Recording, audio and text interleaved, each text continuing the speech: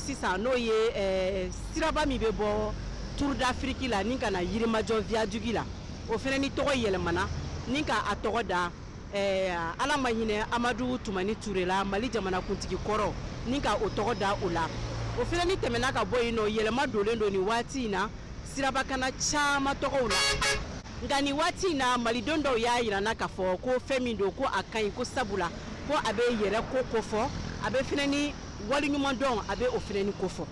Parce que an ka président kɔrɔ don la ni bɛ se ka to an hakili bɛ se ka t'u la quoi.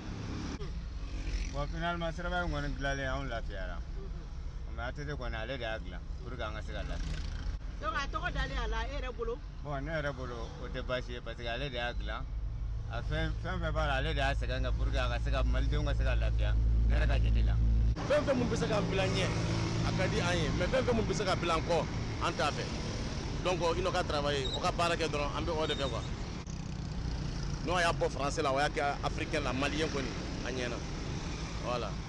Yɛlɛma min dolen filɛ nin ye an ka sirabakana tɔgɔw la hali n'a sɔrɔ a jɛla maliden dɔw ye dɔw fana ni y'a yirana k'a fɔ ko sirabakana dɔw bɛ yen nɔ minnu tɔgɔ tun man tɛ ka falen n'a dalen don nanzaraw la k'a sababu kɛ olu ka wulikajɔw ye ka ɲɛsin Mali jamana ma. Non a kuma ka olu tɔgɔ bɔ yen parce que o ye ɲuman de kɛ wa awɔ. Dɔw bɔra a kun tɔgɔ kun man tɛ ka bɔ. A kun tɔgɔ kuma o ye ayi awɔ.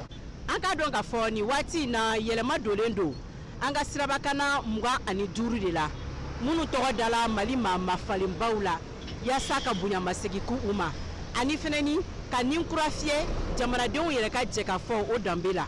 Mariam Kuyate ka laselikan don ka bɔ Bamako VOA Bambara tɔgɔ la.